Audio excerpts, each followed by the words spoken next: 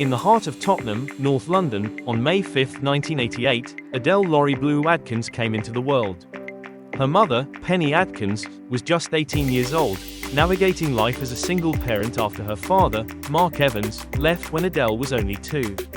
It wasn't an easy start. Money was tight, and life in working-class Tottenham was far from glamorous. But what their home lacked in wealth, it made up for in love and creativity.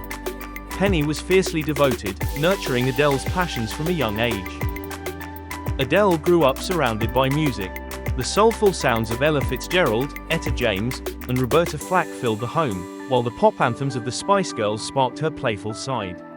She would sing for hours, mimicking their voices, and even as a child, her tone carried a depth far beyond her years. Music wasn't just a hobby for Adele, it was her way of understanding the world. By the age of 14, Adele knew she wanted to sing professionally. She enrolled at the Brit School for Performing Arts in Croydon, a creative hub that had already produced talents like Amy Winehouse and Leona Lewis. There, she didn't just refine her voice, she learned the craft of songwriting, storytelling, and performing. Her teachers often said her voice had the power to silence a room. One day, a friend uploaded Adele's demo tracks to MySpace, without much expectation.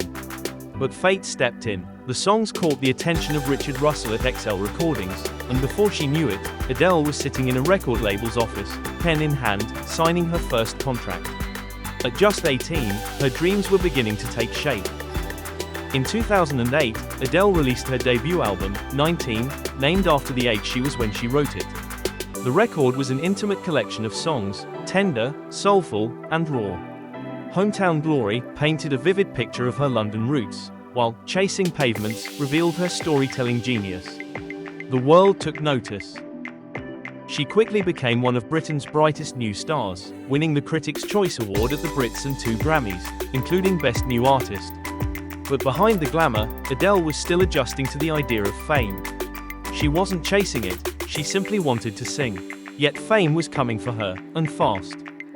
In 2011, Adele released 21, an album born from heartbreak after the end of a long-term relationship.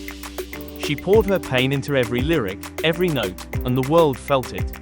Rolling in the Deep, Someone Like You, and Set Fire to the Rain became anthems of heartbreak and resilience. Her voice, powerful yet vulnerable, resonated with millions.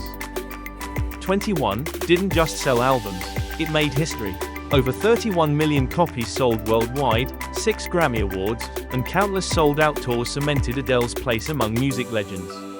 But while she stood under blinding stage lights, she remained remarkably grounded, often poking fun at herself between songs and speaking to audiences like old friends.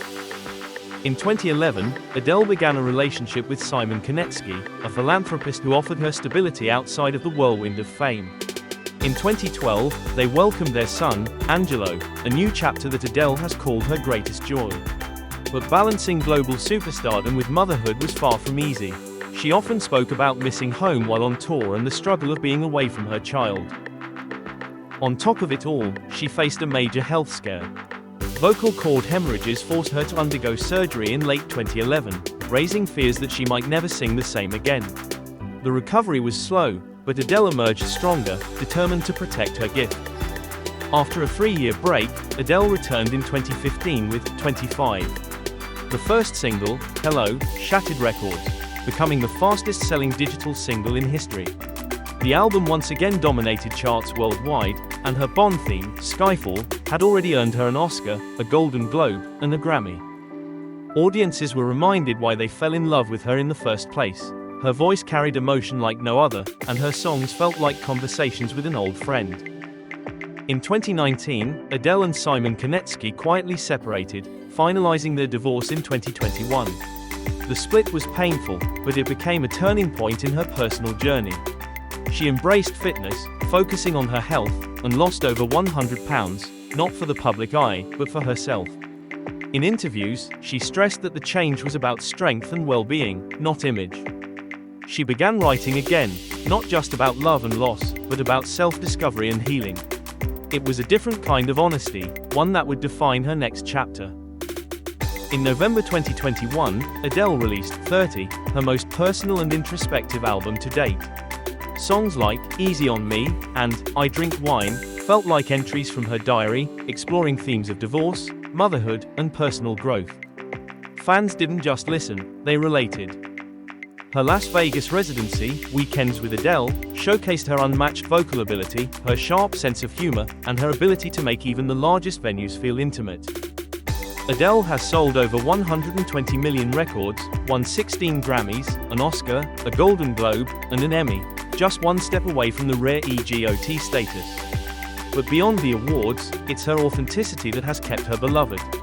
She has never tried to be anyone other than herself, and that honesty is her magic. From the streets of Tottenham to the world's biggest stages, Adele's journey is far from over.